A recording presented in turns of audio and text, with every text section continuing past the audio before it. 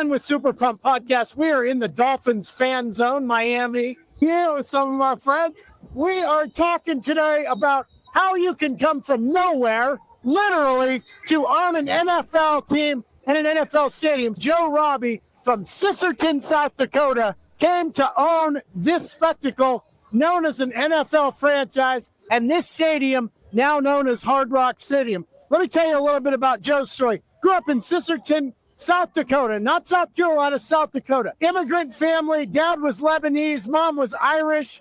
First kid in his entire town, not just his family, but his entire town, to get a college degree. He worked in the Civilian Conservation Corps, where he was doing public work projects during the Great Depression, and started a law office or a law firm after time in the Navy, started a law firm in Mitchell, South Dakota. And eventually, like a lot of lawyers, he decided he wanted to be in politics. And so he ran for governor of South Dakota. He was trounced by 22 points. And he was really mad about that because it felt personal to him. Why don't you love me? Why don't you respect me? And so he ended up deciding to heck with South Dakota. He would move to Minneapolis. And so he started a new law firm there in Minneapolis. And he made some success, but he made one important friend. It was the commissioner of the American Football League, the AFL commissioner. Back then, there was the AFL and the NFC, and they had not merged yet. And his friend said, hey, we want to put a franchise in Miami. And Joe, he was an ambitious guy. He said, sure, I would love to. Think about a franchise in Miami.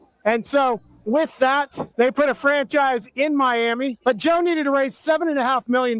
Now, rumor has it, he had only made $27,000 a year in his law firm. He needed a lot of outside investors. So he ended up getting those investors. 1966, awarded a franchise, the Miami Dolphins, in the AFL. 2 years later, merged with the NFL, and the rest is history. That's why it's the AFC and the NFC in the Super Bowl. One of the cool things is he played in the Orange Bowl, and the Orange Bowl became a dump. And the city of Miami wasn't willing to build him a new stadium. And so he said, I've got this incredible asset. I'm going to build my own stadium halfway between Fort Lauderdale and Miami. And he did that, all with private money. It's the only NFL stadium all financed through private funds. And so he built it, and everyone's like, this is crazy. So if you think you can't do big things just because you're from some podunk town and nobody's ever been to college or nobody's ever come out of there, remember Joe Robbie? This stadium, Joe Robbie, South Dakota, ended up owning an NFL franchise, built this massive palace of football and soccer and even baseball. The Florida Marlins played here for a while. So